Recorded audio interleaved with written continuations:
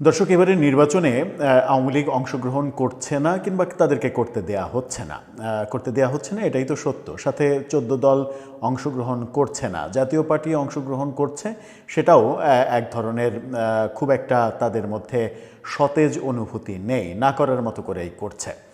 সেই কারণেই অনেকে বলছে যে এটা ইনক্লুসিভ নির্বাচন হচ্ছে না। সর্বশেষ সিপিডি, বাংলাদেশের অন্যতম গুরুত্বপূর্ণ বেসরকারি প্রতিষ্ঠান সিপিডি বলেছে যে আওয়ামী লীগ ছাড়া এটা ইনক্লুসিভ নির্বাচন হচ্ছে না।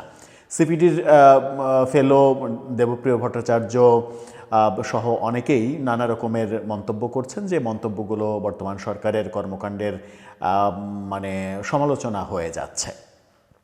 শেষ মুহূর্তে এই আলোচনার মধ্যে একটা প্রশ্ন আসতেই পারে, যদি আওয়ামী লীগকে নির্বাচনে অংশগ্রহণ করতে দেয়া হতো 12ই ফেব্রুয়ারির যে নির্বাচন, তাহলে আওয়ামী লীগ কেমন ফলাফল করত, কত পার্সেন্ট ভোট পেত, কিংবা আওয়ামী লীগের কি এই নির্বাচনে অংশগ্রহণ করার সুযোগ থাকলে তারা আবার বিজয়ী হতো, বিজয়ী হয়ে কি তারা আবার সরকার গঠন করত? এরকম 24-এ যে মানে পতন হলো এবং একটা ভরাডুবির পতন হলো, তারপরেও এই নির্বাচনে এসে 12ই ফেব্রুয়ারি নির্বাচনে এসে তারা কি মানে চমক লাগানো কোনো রেজাল্ট করতে পারতো? এই প্রশ্নগুলো সামনে এসে যাচ্ছে কারণ আমেরিকা ভিত্তিক রাজনৈতিক বিশ্লেষক মাইকেল রুবিন তিনি মন্তব্য করেছেন, আওয়ামী লীগকে নির্বাচনে অংশগ্রহণ করতে দেয়া হচ্ছে না নাকি ভয়ে, এক ধরনের ভয় কাজ করছে সরকারের এবং সরকারের কাছের মিত্রশক্তিদের, যে আওয়ামী লীগকে নির্বাচনে অংশগ্রহণ করতে দিলে তাদের পরাজয় ঘটবে।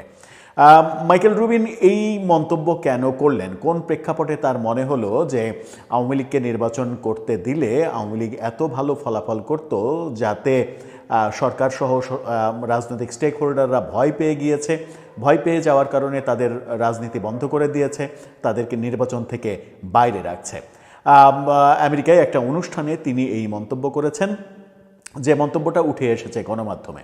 চলুন একটু জেনে দেখি, বুঝে দেখার চেষ্টা করি যে তিনি আসলে কি বোঝাতে চাইলেন, সাথে আর কারা কারা এই অনুষ্ঠানে উপস্থিত হয়েছিলেন, এটা কি আওয়ামী লীগেরই আয়োজিত কোনো আয়োজন ছিল কিনা। থাকবেন পলিটিক্স টিভির নিয়মিত আয়োজনে।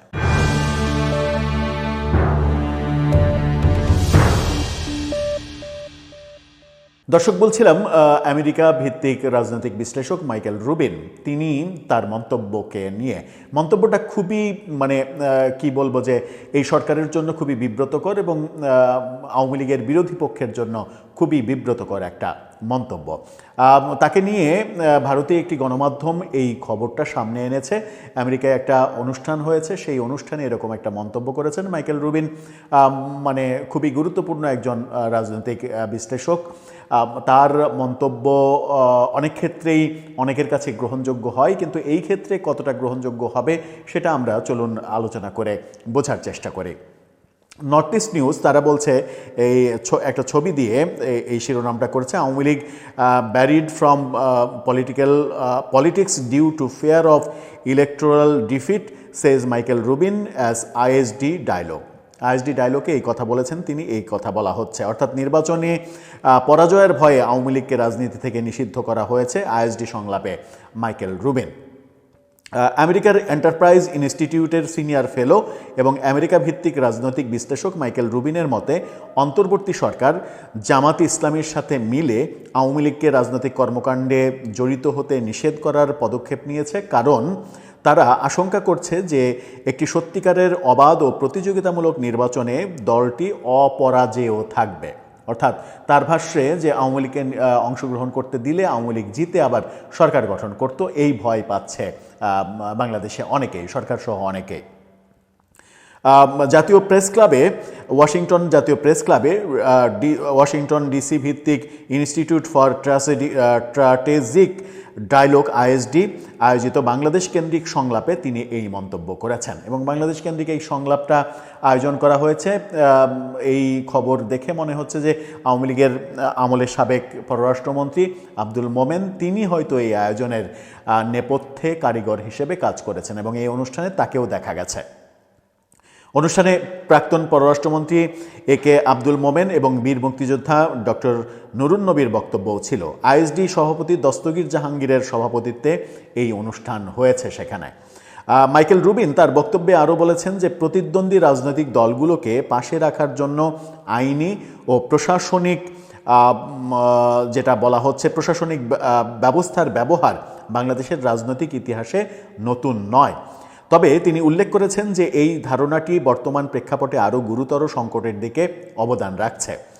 তার মতে আওয়ামী লীগের মতো একটি প্রধান দলকে নিষিদ্ধ করার পেছনে মূল প্রেরণা হলো এই বিশ্বাস যে একটি সুষ্ঠু ও অন্তর্ভুক্তিমূলক নির্বাচনে এই ব্যাপকভাবে সমর্থিত দলটিকে পরাজিত করা যাবে না। অর্থাৎ তিনি আওয়ামী লীগের সমর্থন এত বেশি মনে করছেন যে এই দলটিকে পরাজিত করা যাবে না, সেই ভয়ে তাদেরকে নির্বাচনে অংশগ্রহণ করতে দেয়া হচ্ছে না। তিনি সতর্ক করে বলেন যে রাজনৈতিক প্রতিযোগিতা সীমিত করলে স্বল্পমেয়াদী সুবিধা পাওয়া যেতে পারে, হয়তো স্বল্পমেয়াদী একটা সুবিধা পাওয়া যাবে, তবে এটি শেষ পর্যন্ত রাষ্ট্রীয় স্থিতিশীলতা নষ্ট করে এবং দীর্ঘমেয়াদে গণতান্ত্রিক প্রতিষ্ঠানগুলোকে দুর্বল করে দেয়। প্রাক্তন পররাষ্ট্রমন্ত্রী আব্দুল মোমেন তিনি বলেছেন, বাংলাদেশের অভ্যন্তরীণ রাজনৈতিক সংকট সরাসরি দেশের কূটনৈতিক সম্পর্ক এবং আন্তর্জাতিক অবস্থানের উপরে প্রভাব ফেলেছে। তিনি সতর্ক করেছেন, যদি রাজনৈতিক অচল অবস্থা অব্যাহত থাকে তাহলে অর্থনীতি, বিদেশি বিনিয়োগ এবং আন্তর্জাতিক সহযোগিতার উপরে নেতিবাচক প্রভাব পড়তে পারে। সেখানে এই আলোচনাও হয়েছে যে অলরেডি বিদেশি বিনিয়োগে একটা বড় প্রভাব পড়েছে। এই সরকারের ওপরে বিদেশি বিনিয়োগকারীরা আস্থা অর্জন করতে পারেনি, আস্থা রাখতে পারেনি। সেই কারণেই গত 1.5 বছরে কোনো বিনিয়োগ আসেনি। বিনিয়োগ যে আসেনি সেটা বর্তমান সরকারের পক্ষ থেকেও এক ধরনের স্বীকার করে নিতে আমরা দেখেছি। সরকারের বিভিন্ন উপদেষ্টার বক্তব্যের মাধ্যমে সেই ব্যাপারগুলো এসেছে। সেখানে বীর মুক্তিযোদ্ধা ডক্টর নুরুন্নবী মুক্তিযুদ্ধের আদর্শ, ধর্মনিরপেক্ষ রাষ্ট্রের দৃষ্টিভঙ্গি এবং সাংবিধানিক ধারাবাহিকতার গুরুত্বের উপরেও জোর দিয়েছেন। তিনি উল্লেখ করেছেন যে রাজনৈতিক সহিংসতা এবং বিভেদ সৃষ্টিকারী রাজনীতি সমাজকে ভেতর থেকে ক্ষয় করে এবং রাষ্ট্রের প্রাতিষ্ঠানিক ভিত্তির উপরে দীর্ঘমেয়াদী প্রভাব রাখে।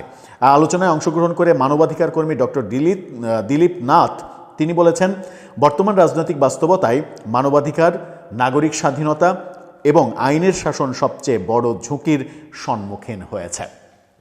এই যে মাইকেল রুবিন সহ অন্যান্য আলোচকরা যে আলোচনা করলেন, সেটা অন্যান্য আলোচকরা তারা যে কোনোভাবেই হোক আওয়ামী লীগের ঘনিষ্ঠজন হিসেবেই আমরা জানি এবং পররাষ্ট্রমন্ত্রী সাবেক আওয়ামী লীগের তিনিও ছিলেন।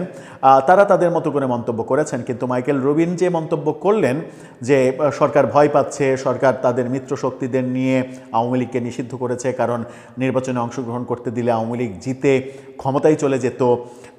দর্শক, আপনার কি মনে হয় বর্তমান বাস্তবতাটা কি এরকম বাস্তবতা রয়েছে আদৌ, যে নির্বাচনে যদি আওয়ামী লীগকে অংশগ্রহণ করতে দেয়া যায় তারা 151টা সিট পেয়ে পুনরায় ক্ষমতায় যাবে, সেরকম বাস্তবতা কি রয়েছে? নাকি আওয়ামী লীগকে অংশগ্রহণ করতে দিলে যে ব্যাপারটা দাঁড়াতো সেটা হচ্ছে যে একটা শক্ত বিরোধী দল পাওয়া যেত, গণতন্ত্রের জন্য সেটা একটা ভালো ব্যাপার হতে পারত। আবার অনেকে বলেন যে আওয়ামী লীগকে যদি আপনি মোটামুটি চাপে রাখতে চান কিংবা নিশ্চিহ্ন করতে চান, বিলীন করতে চান, তাহলে আপনার এরকম সিদ্ধান্ত নেওয়া উচিত ছিল যে 5 আগস্টের পতনের পরে 3 মাসের মধ্যে নির্বাচন দিয়ে সেই নির্বাচনে আওয়ামী লীগকে অংশগ্রহণ করতে দিয়ে অনেকটা মুসলিম লীগের মতো অবস্থা করে দেয়া যেত। অনেকে এই আলোচনাও করেছেন যে তাহলে জনগণই তখন যে তাদের জনপ্রিয়তায় ভাটা পড়েছিল, তখন জনগণই তাদের বিরুদ্ধে ভোট দিত, তারা ভোট পেত না, 2-4টা আসন হয়তো পেত, তাদের দল হিসেবে অস্তিত্বের সংকটের মধ্যে পড়তে হতো। কিন্তু তাদের জন্য 1.5 বছর সময় দেয়া এবং এই সরকারের নানা ব্যর্থতা, সাথে মব নিয়ন্ত্রণ করতে না পারা, আইনশৃঙ্খলা পরিস্থিতির অবনতি ঘটা, বিভিন্ন ধরনের দুর্নীতির ব্যাপার অব্যাহত থাকা, চাঁদাবাজির ব্যাপার অব্যাহত থাকা, মামলা বাণিজ্য, এই ব্যাপারগুলো আওয়ামী লীগের জনপ্রিয়তায় যে ধস নামিয়েছিল আগে 24-এর পতনে, সেই পতনের পরে আওয়ামী লীগের জনপ্রিয়তা আবার ফিরে আসতে কিংবা ফিরিয়ে আনতে সহযোগিতা করেছে এরকম নানাবিধ নেগেটিভ কর্মকাণ্ড এবং নেগেটিভ পরিস্থিতি, যাতে করে আওয়ামী লীগের সমর্থন 24-এর 5 আগস্টে যে অবস্থায় ছিল তার চাইতে বহু গুণ বেড়েছে, এটা অনেকেই মনে করেন।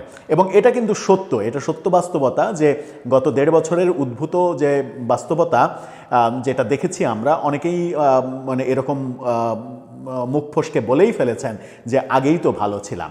এই যে আগেই তো ভালো ছিলাম এই সুর সমাজে ওঠা, এটা কিন্তু আওয়ামী লীগের জন্য পজিটিভ হয়েছে এবং এই 1.5 বছর সময় দেয়াটা মানে আওয়ামী লীগের এখনকার অবস্থানটাকে শক্ত করেছে। যদি সত্যি সত্যি 3 মাসের মধ্যে নির্বাচন হতো তাহলে আওয়ামী লীগের একটা নির্বাচনে অংশগ্রহণ করতে দিলেও একটা চরম ভরাডুবি হতো। সেটা বরং আওয়ামী লীগের বিরুদ্ধে যারা অবস্থান নিতে চায় তাদের জন্য সুখকর ব্যাপার হতে পারত, যেটা এখন হিতে বিপরীত হয়ে গেছে বলে অনেক বিশ্লেষক মনে করেন। দর্শক, মাইকেল রুবিন যে মন্তব্যটা করলেন, যে মন্তব্যের খবরটা গণমাধ্যমে আসলো, সেই ব্যাপারে বিশেষ করে নির্বাচনে তাদেরকে অংশ নিতে দেয়া হয়নি ভয়ে যে তারা জিতে ক্ষমতায় চলে যাবে, এই বাস্তবতার সঙ্গে আপনি কতটা একমত?